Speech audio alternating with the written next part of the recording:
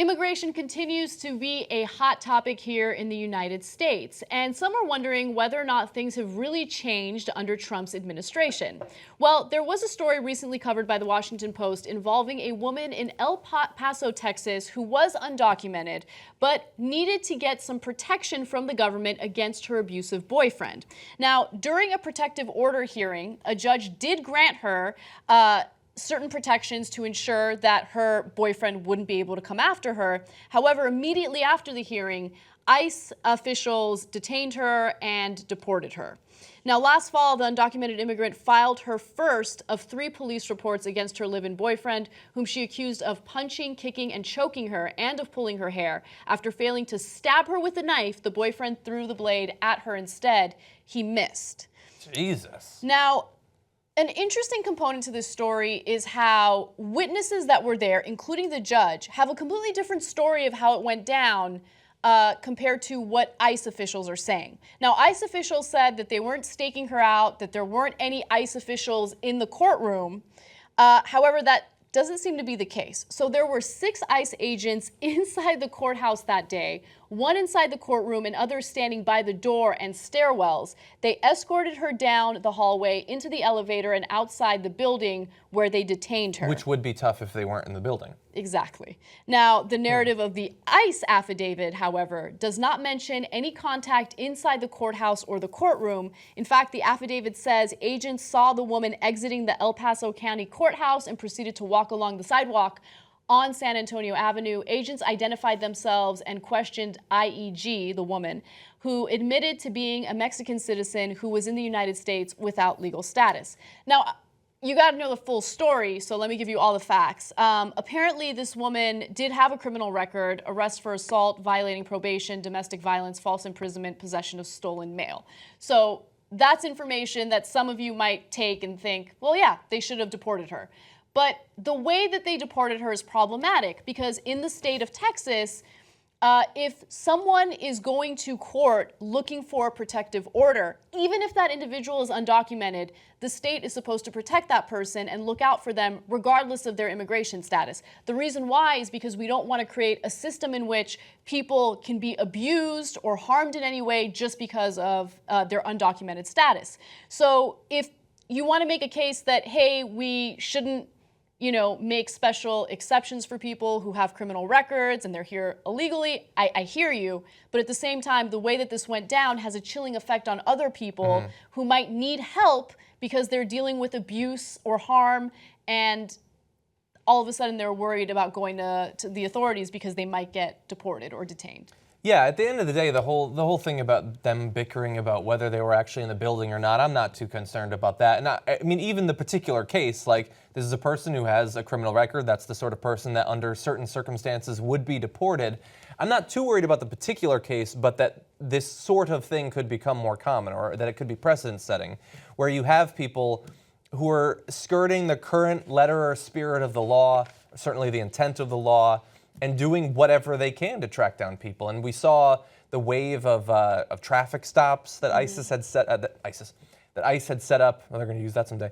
That ISIS had set up in cities like LA. We had it here too. And for that to become more common is scary and, like you said, chilling. Yeah, and when it comes to those checkpoints, it's really interesting because you have 2 different narratives playing out. One narrative is what the Latino community is saying is happening, which is, yes, these checkpoints exist, and it's problematic because now all of a sudden people are staying home. They don't want to go to work. They don't want to go out to stores. They just want to stay put because they're worried about the checkpoints. At the same time, ICE continuously denies that these checkpoints exist or have ever happened. Now, in this Washington Post piece, they talked about how the checkpoints are happening based on individuals that I've talked to in Los Angeles. I went to one particular area in Los Angeles where these ICE checkpoints were allegedly happening, and I actually spoke to a few of the business owners because I was curious if it was true.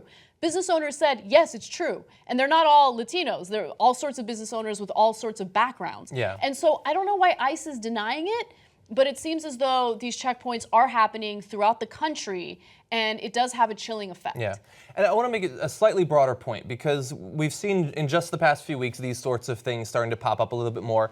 It's possible that they're just receiving more news coverage. I can't rule that out.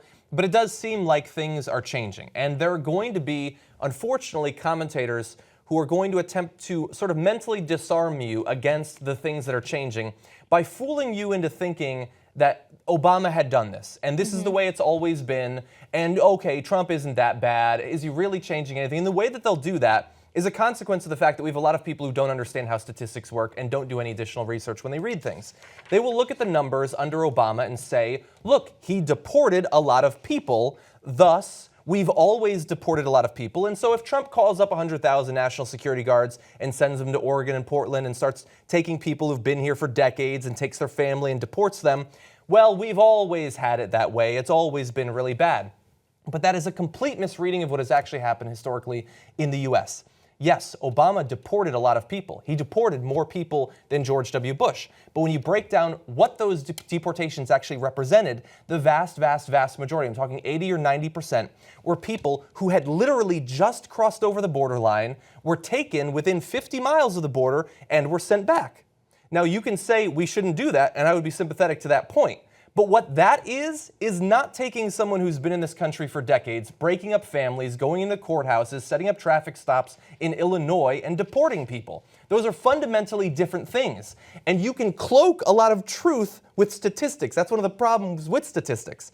This is different. This is worse. Okay? This is chilling to people's actual movement and activities. And the problems we have with President Obama's immigration policy should not be used to cloak the terrible moves being made by the current administration. Yeah, and I see that kind of argument made in a variety of issues, right? And with different politicians playing a role. So, you criticize one politician for doing something, and then someone else wants to distract you from that by pointing to the flaws of another politician. It's all politician, the same. Right? They're all bad. And I think that's a ridiculous way of dealing with a very real issue in the country right now. And look, I don't think that immigration is as black and white as people make it out to be.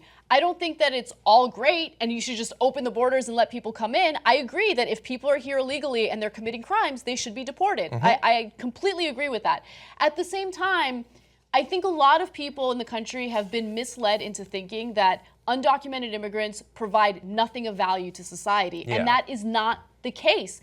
Economically, they provide quite a bit, which is why states like California want to ensure that they protect undocumented immigrants. I'm not talking about the people who just crossed the border. I'm talking about the people who have been here for decades. Who have lives and families, who connections, have lives, businesses. Families, businesses, connections, who do pay taxes. In states like California, where we have sales tax, they pay that, which is a huge part of our economy. And so it's not clear cut. And that's precisely the reason why immigration for a long time has always been a big issue when politicians are campaigning. But once they get elected, they let it go because they understand the complexity of it. Podcast The Young Turks anytime you want. tytnetwork.com/join. I think it's weird. No, it's not weird. In fact, you'll think, I'm like a smart person. do it now. tytnetwork.com/join.